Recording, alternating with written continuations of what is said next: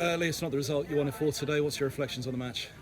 Yeah, not the result, but like I said to you the other day, don't want to get too caught up on results. It's obviously never nice losing, but I think there's definitely a way to lose. And I just said to the guys today, I potentially got it wrong with a few calls, a few field plays, things like that. But that's fine. The onus is on me there. The bind the guys had once again, as showed in the previous games, were exceptional, and that's all you can ask for. 15 runs light with the bat maybe could have made a difference, but a bit more pressure on that partnership, and obviously at the end. Yeah, you could say that probably.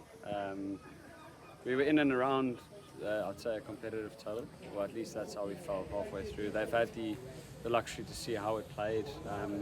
They probably got off to a bit more of a fly in the power play towards the back end there, which we didn't really get. But you can try and nitpick as much as you want.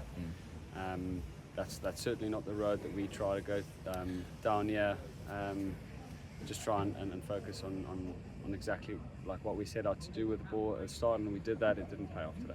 Yeah, I was going to say that line. I mean, you've said it. To put it another way, that line of consistency where you'll have a peak, you'll have a trough, but the line of consistency, the bar has raised this year. Even driving to the game today, we've spoken about Middlesex's historical T20 victories. It's actually exciting to come and watch a Middlesex T20 side now. The names, the players, and as you say, you can see that belief and you can see the potential on the field.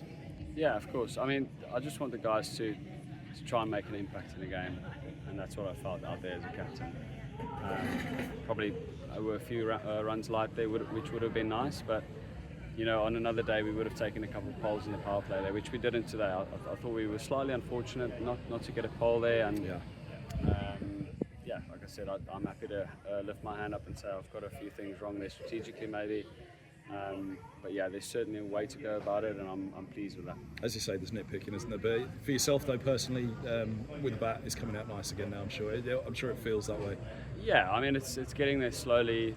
Once again, I'm just trying to focus on my processes. I would have loved to just carry on a little bit longer there, because it was quite tough to just come in. Although the guys that came in there did an amazing job for us finishing off the innings.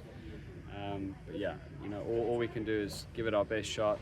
It's certainly nice to go in at number 4 for sure.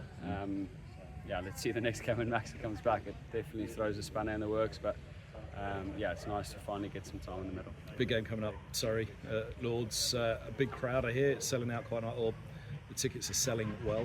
It's going to be a big night. It's probably a good way to finish, isn't it? A night at Lords against Surrey like that. All right, so, mathematically it's gone now, but Middlesex can try and go out on a high at least against a rival and continue that trajectory that they're on. Absolutely. All we can try is to pack a punch, and we'll certainly try to do that against Surrey.